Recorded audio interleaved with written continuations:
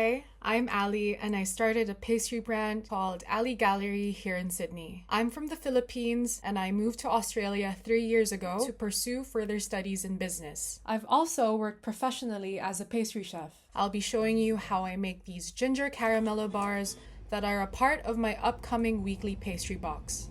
This bar has 3 components: the ginger base, the ginger caramel, and the chocolate layer. We'll start with the ginger shortbread base. To a mixing bowl, I add dark brown sugar and softened butter. With a paddle attachment, I cream those two together until light and aerated. Stopping and scraping is so important, guys. I do this to make sure that everything is creamed together. Then I cream in egg yolks. The egg yolks gives this a rich taste and texture. For the ginger component, I peel fresh ginger using the edge of a spoon. I find that this is easier than using a knife to remove the skin. There's less wastage too. I grate the ginger, measure it, and add it to the butter mixture. I mix everything on medium speed until fully combined. I add in the dry ingredients, which are plain flour and salt. Salt adds so much flavor to baked goods, and I cannot imagine baking without it. I mix everything with a paddle attachment on low speed and stop mixing when there's little bits of flour left. I finish hand mixing with a spatula. I spray an 8-by-inch square aluminum pan with oil spray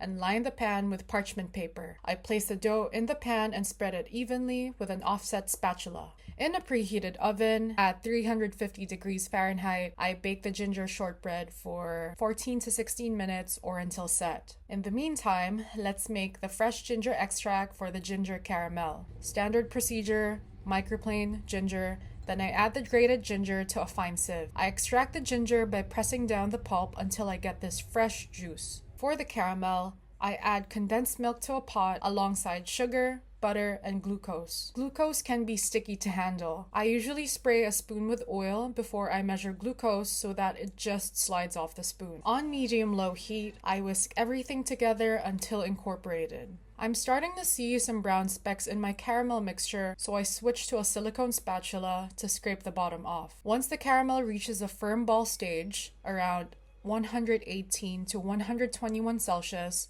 I turn the heat off and add the fresh ginger extract. At this point, the ginger shortbread is ready. I pour the warm ginger caramel mixture over the shortbread. I set the slab aside to cool to room temperature before firming the slab in the fridge. While that's happening, I prepare the chocolate component. Over a pot of boiling water, I place a bowl with dark chocolate. The heat from the steam melts the dark chocolate. Once the caramel is firm, it's ready to be topped with melted dark chocolate. I pour the chocolate on top of the caramel, and with an offset spatula, I spread the chocolate so that the layer is even. I put the slab in the fridge to set the chocolate layer. Once set, I take the slab out of the pan to start cutting them into bars. One thing that I realized while peeling the parchment off the sides is I should have sprayed the sides so that the caramel just peels off. Note to self. I'm cutting the slab into 5 by 9 cm, and I think this is the perfect size for the pastry box. So this is what it looks like. The layers look delicious. I'm cutting the bars into bite-sized pieces for testing, aka sending them to my partner's office so I can get feedback from his colleagues. I love how the warm heat of the ginger balances the rich and delicious caramel. The fresh ginger gives kind of like a peppery freshness with a subtle sweetness to it. Thank you so much for watching till the end of this video. I'm really looking forward to showing you the last thing in the box. Love you all. Bye!